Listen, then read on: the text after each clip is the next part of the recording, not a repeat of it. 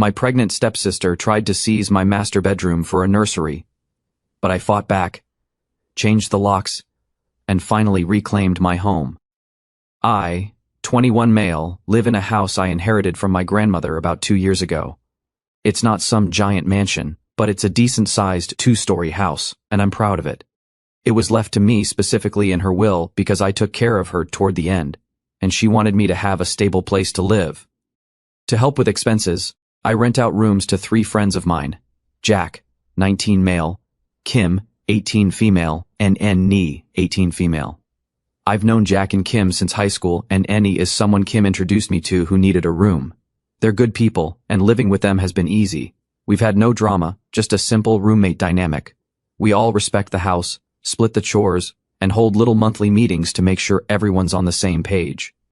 And then there's Susan, 22 female. Susan is my stepsister. Now, let me preface this by saying Susan and I have never been particularly close. My dad remarried when I was 14, and Susan was already 15 at the time. She's my stepmom's daughter from a previous relationship. She's always been a little entitled, but for the most part we tolerated each other while we lived under the same roof. Then our parents moved overseas for my dad's job, and I thought I'd finally get some peace. I was wrong. 3 years ago, while my grandmother was still alive, Susan asked if she could move in for just a year to finish up her schooling. At the time, my grandmother was still healthy, and she liked the idea of having more family around, so she agreed. Susan moved in, and at first everything was fine. But then she dropped out of school. She claimed it was too stressful, but from what I saw, it was more about the fact that she met her now boyfriend, Mike, 28 male. Mike's one of those guys who thinks he knows everything about everything. He's loud, opinionated, and not exactly the most responsible person. I've overheard him say things like, "Why does a woman need to go to college? That's a waste of money," and let me tell you, Susan eats that crap up. My grandma didn't like Mike at all, and she made it clear Susan's arrangement was only temporary. But my grandma passed away not long after, and Susan stayed. At first, I let her because I didn't want to deal with drama. I was grieving, and it felt like too much to handle. Susan told me she'd pay rent and help out, so I figured it wouldn't be a big deal. It wasn't at first. Fast forward to 5 months ago. Susan sat us all down and announced that she's pregnant. I didn't know how to feel about it. I mean, it's her life, and I'm not going to judge her choices. But what I didn't realize at the time is that this baby was going to become my problem. At first, she told us she was planning to move in with Mike soon. She said they were looking at apartments together, and she wouldn't be here long term. Honestly, I thought that sounded great for her. She'd have her own place to raise the baby, and Mike could finally step up and be the responsible boyfriend she swears he is. But weeks turned into months, and there was no movement. Mike still has his dingy apartment, but apparently it's too small for a baby, and they can't afford anything bigger. Meanwhile, Susan started acting like my house was suddenly her house. At first the changes were small. She started bringing home baby stuff like a stroller, a crib, and piles of baby clothes and just stacking it in her room. That's her space, so I didn't care. But then she started talking about baby-proofing the house, which made me nervous. I'll admit I didn't shut her down right away. I thought, okay, making the house safer isn't a big deal. We'd all talk about it at one of our monthly meetings and figure out a fair plan. But Susan wasn't waiting for that. She started redecorating out of nowhere. I came home one day to find these tacky floral curtains hanging in the living room and a couple of cheap turtle statues on the hallway shelf. I was annoyed but calm. I took them down and quietly put everything back in Susan's room.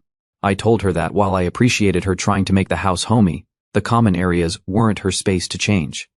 Well, she lost it. She started yelling about how I was being controlling and unsupportive. She said the house felt stuffy and like an old lady's home. Yeah, it was my grandmother's house. I reminded her that she could decorate her own room however she wanted, but I wanted the shared spaces to stay as they were. And here's the kicker. She then asked if she could paint her room orange. I told her no. First of all, the house is mine, and I don't want the walls ruined. Second, I'm renting to other people, and I can't just let everyone paint their rooms however they want. Susan exploded. She blamed her outburst on hormones and stormed off, but things got icy after that. Over the next few weeks, Susan kept making little comments under her breath. She complained to Mike, who of course backed her up. And suddenly I became the bad guy for not letting her prepare for the baby properly. Mike even had the nerve to tell me I was being selfish because Susan's going to be a mother. I ignored it. I thought, okay, she's hormonal, stressed, and she'll calm down. But oh boy, I was so wrong. Alright, here's where things started to spiral. After the whole redecorating drama, Susan and I weren't exactly on speaking terms. She was giving me the cold shoulder most of the time, but when she did talk, it was either complaining or passive-aggressive comments about how I don't care about family. I just ignored her and kept doing my thing, hoping she'd chill out eventually. One afternoon, Susan knocked on my door. Rare, because she usually just barged in when she wanted to talk. She asked if we could sit down and have a real conversation. I was skeptical, but I agreed. I thought maybe she was finally ready to talk like an adult. We sat at the kitchen table, and at first Susan was calm. She started by saying she's really stressed about the baby coming and how she doesn't feel prepared. She mentioned how hard it's been to find an apartment with Mike, and how the rent in our area is ridiculous. Honestly, I felt for her. I get that having a kid when you're unprepared is a nightmare. Then she hit me with, "I've been thinking, and I have a solution that works for everyone." I should have known where this was going. Susan leaned forward like she was sharing a big secret and said, "I want to move into your room." For context, my room is the master bedroom, and it's the biggest in the house. It has an attached office space that I use for my small online business, basically my livelihood. Susan explained that the office would be perfect as a nursery, and she and the baby really need the extra space. I stared at her for a second because I genuinely thought she was joking. She wasn't. I told her straight up, no. Susan blinked at me like I had just spoken a foreign language. "What do you mean, no? You don't even need all that space, you're just one person." I told her I do need the space. I use the office to work, and I wasn't about to give up my room just because she decided to have a baby. It's not like I forced her into this situation. She looked at me like I was being unreasonable and said, "But it makes sense. It's better for everyone." I asked her how exactly it was better for me, and she said, "Because you'll be helping your sister when she needs you most." At this point, I was done playing nice. I reminded her that she's renting one room, that's it. She doesn't get to dictate who lives where in my house. Her response, "But Jack and Kim are younger than me, and they don't need their rooms. When one of them moves out, the baby can take their room." Why are you being so selfish? I had to take a second to process what I was hearing. Not only was she trying to take my room, but now she was making plans for other people's rooms too. The entitlement was off the charts.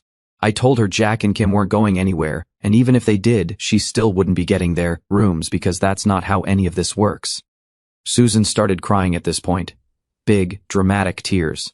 "I can't believe you're doing this to me. You know I don't have anywhere else to go." I reminded her that she and Mike were already looking for an apartment, and if Mike cared so much about her and the baby, he should be the one making sacrifices, not me. That's when she lost it. She started yelling, saying I was heartless and selfish for not helping my family in a time of need. She accused me of prioritizing strangers, Jack and Kim, over my own stepsister. I stayed calm and told her that I wasn't going to let her guilt me into doing something I didn't want to do. I told her this house was my home, and that if she didn't like the arrangement, she could find somewhere else to live. That's when she dropped her trump card, our parents. She got up, wiped her face, and said, "Fine, I'll talk to Dad and Mom. I'm sure they'll agree that you're being completely unreasonable." I didn't respond. I just let her storm off and slammed the door to her room. A few hours later, my phone started blowing up.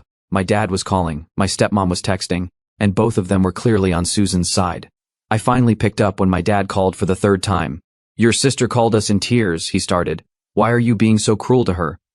I tried to explain the situation calmly. I told him that Susan wanted to take my room, that she was acting like the house belonged to her, and that Mike moving in wasn't an option because of how disrespectful he's been in the past. But my dad wasn't having it. "She's pregnant, son. She's vulnerable right now. Can't you just help her out? You don't need all that space. It's not a big deal." At this point, I was getting frustrated. I reminded him that this is my house, and Susan has no right to make demands. I also told him that letting Mike move in would only create more problems. My dad just sighed and said, "Family comes first always. You're her brother. You need to do the right thing." That phrase, "the right thing," pissed me off. I asked him, "Why is it always my responsibility to clean up Susan's mess? She chose to get pregnant. She's choosing to stay here instead of figuring out a real solution. Why is that my problem?" My dad got quiet for a second and then said, "I'm disappointed in you." That stung, I'm not going to lie, but I stood my ground. I told him Susan wasn't getting my room, and if she and Mike didn't like the living situation, they could figure something else out. I hung up before he could respond. After that call, I felt drained. My parents were completely on Susan's side, and I knew she'd be using that as ammo. She didn't say a word to me for the rest of the night, but I could hear her talking to Mike on the phone, probably trashing me. The next morning, I found a note taped to my door. It said, "I hope you're happy. Mom and Dad agree that you're a selfish jerk. I'll be talking to a lawyer about my rights to live here." A lawyer? Seriously? I knew Susan was dramatic, but this was a new level. At that point, I decided I needed to get ahead of this. If Susan wanted to play hardball, I was going to be ready. After Susan's dramatic threat about talking to a lawyer, I knew I couldn't just sit around and wait for her to pull something. I'm not a lawyer, but I'm not dumb either. This is my house legally, and she has no claim to it. Still, I wanted to cover all my bases before things got worse, because I knew Susan wasn't going to let this go quietly. I called my uncle, who's pretty level-headed about these kinds of things. He knows the family dynamic and has always been one of the few people who doesn't blindly take Susan's side just because she cries about something. Luckily for me, my uncle has a close friend who works in property law, so we set up a meeting for the next day. I also brought Jack and Kim with me for moral support, because they've been living through this chaos too. Nay couldn't come since she had work, but she was updated and just as fed up as the rest of us. The lawyer was an older guy who looked like he'd seen it all. After I explained the situation, how Susan's living here month to month, her wanting my master bedroom, her threats, and everything else, he kind of just sat back and said, "You've got nothing to worry about." He laid it all out clearly for me. Susan has no legal claim to the house, it's mine. She's living here month to month, which means I can give her proper notice to move out at any time. She doesn't have a written lease, and verbal agreements can only go so far in court. The lawyer also said that while I couldn't evict her on the grounds of being pregnant, which I would never do anyway because I'm not a monster, I could evict her for breaking house rules, and boy did she break them. Here's where things got interesting. Jack and Kim finally opened up about things Susan had been doing behind my back. They didn't want to stir the pot before, but now that the situation had escalated, they felt like I needed to know. First off, Susan had apparently been making snide homophobic comments to Jack. Jack's openly gay, and Susan knows this, but I guess she thought it was okay to mutter things like "this is a phase" or "real men don't act like that" whenever they crossed paths. Jack said he didn't want to make a big deal about it, but it clearly bothered him. Then Kim told me about how Susan had been barging into her room without knocking. Susan kept borrowing things without asking: makeup, clothes, even food. The final straw for Kim was when Susan ruined a load of her laundry. Kim's pretty sure Susan did it out of pettiness because the clothes weren't just mixed up, they were completely trashed. Hearing this made me even angrier than I already was. Susan was treating everyone in the house like we were just inconveniences she could walk all over. This wasn't just my problem anymore, it was affecting my roommates, and I wasn't about to let it continue. After the lawyer reassured me that I had every legal right to give Susan notice, I asked what steps I needed to take. He said the key was to document everything. So when I got home that night, I sent Susan a formal notice by email and text. "Hi Susan, this is your official notice that I will not be renewing your month-to-month agreement. You have 30 days to make arrangements to leave the property.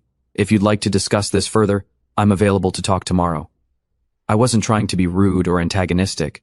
I just wanted it to be clear and professional. Next, I called a locksmith. I had already been planning to change the locks for unrelated reasons. There's some old baggage with an ex who still had a key, so I figured it was a good time to just lock everything down and make the house more secure. The locksmith came that same evening and replaced all the locks on the front door and bedroom doors. I also had a lock added to the living room door and garage, because I wasn't about to let Susan or Mike snoop around where they didn't belong. The kitchen, bathroom, and Susan's room were left accessible to her because that's all her agreement entitles her to. Just to cover myself, I texted Susan one more time. "Hi, the locks have been changed for security reasons. Your key is available for pickup. Let me know when you'll come by, and I'll make sure you get it." No response that night. Susan didn't come home. I knew she was with Mike. Honestly, I was relieved. I didn't want to deal with her storming into the house and throwing another tantrum. What I did get, though, was another call from my dad. "Why are you locking your sister out of her home? Do you realize how cruel you're being?" I calmly explained to him that Susan wasn't locked out, her key was ready for her to pick up, and I had texted her multiple times about it. My dad didn't seem to care about that part. "She's pregnant, for God's sake. How can you be so heartless to your family?" At this point, I was done arguing. I told him Susan has 30 days to find somewhere else to go. I've been more than reasonable. She's broken house rules, disrespected me and my roommates, and made living here miserable. I'm not going to let her take over my house just because she thinks she can guilt me into it. My dad started going on about how family comes first and how disappointed he was in me, but I just ended the call. There was nothing left to say. It's been a day since all this went down, and Susan still hasn't shown up to get her key. I've texted her a couple more times to let her know it's available, but she's ignoring me. My guess is that she's staying at Mike's and probably trying to figure out her next move. I'm not looking forward to the moment she comes back because I know there's going to be a scene. Susan's not the type to go quietly, and I'm sure she's already spinning some story to my parents about how I'm the villain. But here's the thing. I'm done feeling guilty about this. She's my stepsister, not my responsibility. She made her choices, and I'm not about to let her steamroll me, my roommates, and my life because of those choices. I'm prepared for whatever happens next. If she wants to drag this out, I've got the lawyer's advice to back me up. If she wants to keep our parents on her side, so be it. I know I'm doing the right thing for myself and my home. It took 3 days. 3 blissful Susan-free days, where the house was peaceful and nobody had to tiptoe around her tantrums or deal with her passive-aggressive remarks. I knew it wouldn't last forever, though. Susan's not the type to let things go, and I could feel the impending storm hanging over the house like a dark cloud.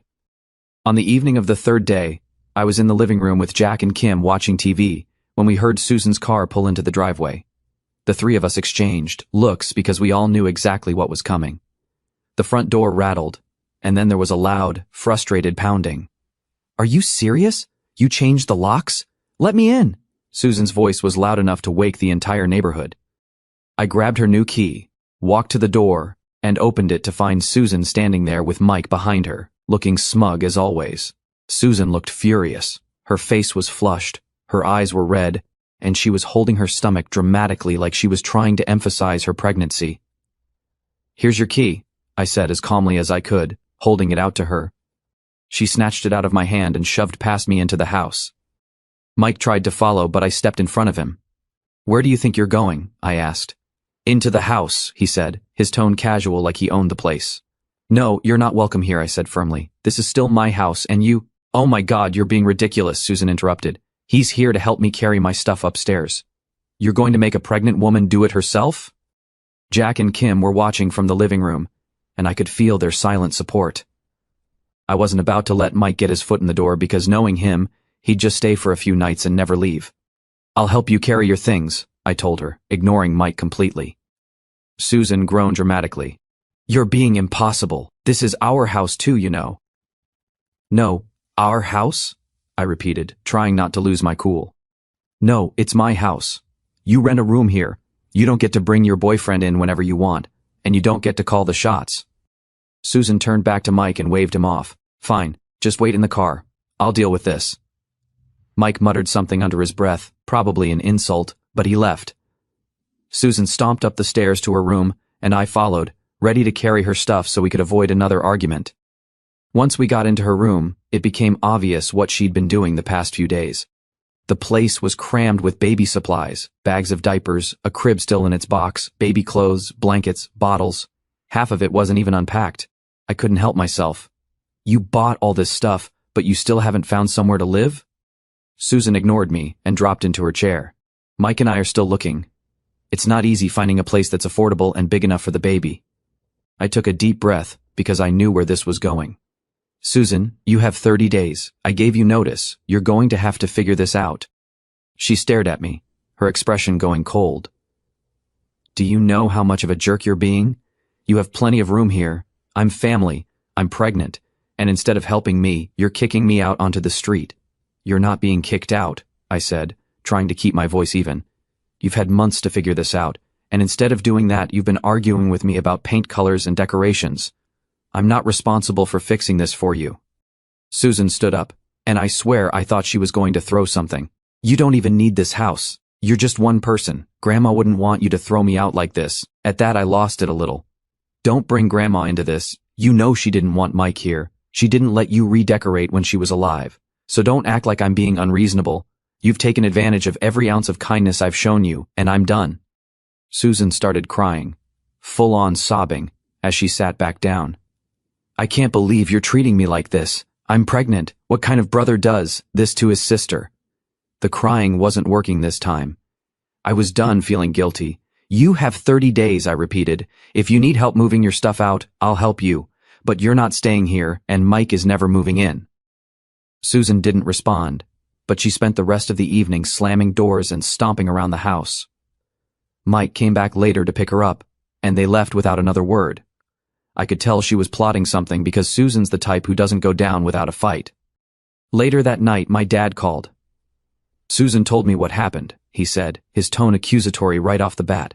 Of course she'd called him. I wasn't even surprised. She told you the part where she's been breaking house rules, treating Jack and Kim like crap and demanding my room? Or did she leave that out? My dad sighed. She's stressed, son. She's pregnant, and you need to be more understanding. You're throwing her out when she has nowhere else to go. I gave her 30 days notice, I said as calmly as I could. She's had plenty of time to figure this out. She's not my responsibility. She's an adult, and so is Mike. They can sort this out together. She's your family, he shot back. You're supposed to help your family. I've been helping her for years, I said. This house is mine, and I'm not letting her take advantage of me anymore. We went back and forth for a while, but it was clear my dad wasn't listening to me. He ended the call by saying he was disappointed and that I was acting selfish. I hung up and sat in silence for a while, trying to process everything. After Susan's dramatic text about talking to a lawyer, I knew she wasn't bluffing about trying to make my life miserable. She's always been the type to escalate situations when she doesn't get her way, and with Mike involved, I knew things were going to get messy. 2 days passed after the last meltdown, and the house was quiet again. Too quiet. Jack, Kim, and Ne were all on edge, but we were trying to live our lives as normally as possible. Susan hadn't come back yet, which was fine by all of us. I figured she was still staying at Mike's and stewing about what to do next. I was wrong. On the third morning, I woke up to Jack banging on my door at 7 a.m. Mike's here, he said, looking angry and still half asleep. He's in the driveway, and he's unloading stuff. I think he's trying to move in. At first I thought Jack was joking because I couldn't imagine even Mike being that bold. But when I looked out the window, sure enough, there he was, dragging a mattress out of the back of his beat-up truck, like he was about to set up camp. I was so stunned I almost laughed. Almost. I threw on some clothes, grabbed my phone, and stormed outside. What the hell do you think you're doing? I demanded as I walked up to Mike. He looked at me like I was the one who was out of line. Susan told me I could move my stuff in. You didn't seriously think you could keep me out, did you? I was so angry I felt like I could explode. First off, Susan doesn't own this house. I do. Second, you're not moving in. Period. Take your stuff and leave, or I'm calling the cops. Mike smirked and leaned on the mattress like he had all the time in the world. You're going to call the cops on the father of your sister's baby? Nice. Real classy. I pulled out my phone right in front of him and dialed the non-emergency police number. Watch me. Mike's smirk disappeared. Okay, chill out, he threw his hands up in mock surrender. No need to get dramatic. I'll leave, for now. I watched as he loaded the mattress back into the truck, all while muttering insults under his breath.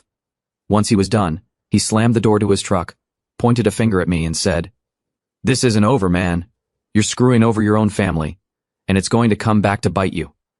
I ignored him. I wasn't about to argue with someone who thought threatening me was a good idea. I stayed outside until he finally drove off. Jack, who'd been standing near the porch the whole time, let out a low whistle. I didn't think he'd actually try to pull that, Jack said. What was he even thinking? Honestly, I don't think he was thinking, I replied. He probably figured he could just bully his way in like always. About an hour later, Susan texted me. What the hell is wrong with you? You called the police on Mike? He was just trying to help me move in. I didn't even bother to respond. Mike wasn't moving in. End of story. But Susan wasn't done. A couple of hours later, I heard her car pull up. I braced myself as she walked through the door, slamming it behind her. She was holding some papers in her hand and looked like she was ready for a fight. What's this? She demanded, shoving the papers at me. I looked them over, and I swear I almost laughed. They were random internet printouts about tenant rights and eviction laws. I handed them back to her. Susan, this doesn't apply to you. I already talked to a lawyer. You're month to month. I gave you proper notice. You don't have a leg to stand on. Her face turned red. Mike says I do have rights, and you can't just throw a pregnant woman out. I'm family, and this is our home. I had to take a deep breath to keep from yelling. Susan, I'm done explaining this to you. You've broken house rules, disrespected me and my roommates, and now Mike's trying to move in behind my back. You have 30 days, that's it." She stared at me for a moment, her hands shaking as she crumpled the papers. "You're going to regret this. Dad's already on my side, and when he finds out how cruel you're being, he's going to make you let me stay." I laughed bitterly. "Dad doesn't have any say in this house. It's mine. Susan, you can cry to him all you want, but it's not going to change anything." She looked like she was about to cry again, but instead she stormed up to her room and slammed the door so hard I thought it would come off the hinges. The next 2 days were tense. Susan was sulking in her room most of the time, but she made sure to slam the doors or stomp around the house whenever she came out. She didn't speak to anyone, but the energy was awful, like we were all walking on eggshells. Jack and Kim stayed out of her way, but Nay had had enough. On the second day, Susan left dirty dishes piled in the sink and didn't clean up after herself. Nay confronted her in the kitchen. "You're not the only one who lives here, Susan. Clean up your mess." Susan snapped back. "Maybe you shouldn't even be here. This house is for family, not freeloaders." Nay came straight to me and told me what Susan said. I couldn't believe it. Susan was now openly attacking my roommates, the same people who've done nothing but be patient with her nonsense. That night, I called a house meeting without Susan. I sat down with Jack, Kim, and Nee, and we all agreed we couldn't let Susan keep making the house miserable. I promised them I'd handle it. The next morning I sent Susan a final message. "This is your second reminder that you have 30 days to vacate the property. I've been more than fair, but your behavior toward me and the other tenants has gone too far. If you continue to violate house rules or harass anyone, I'll involve my lawyer again." She didn't respond, but I know her. She's planning her next move. The tension in the house had become unbearable. Susan was still sulking in her room, stomping around like a petulant child whenever she emerged to use the kitchen or bathroom. My other roommates, Jack, Kim, and Nee, had been tiptoeing around to avoid her wrath. Nobody wanted to set her off because we all knew what she was capable of. I was counting down the days until her 3-day notice ran out. In my mind, I kept reassuring myself that if we just rode out the clock, this nightmare would end. But Susan had other plans. It all came to a head on a Saturday afternoon. I was in the garage organizing some stuff for my small business when I heard shouting from inside the house. Jack ran out to get me. "Dude, Susan's going nuts," he said, out of breath. "She's throwing stuff around the living room and screaming at Nate." I dropped everything and ran inside. Sure enough, when I walked into the living room, Susan was in full meltdown mode.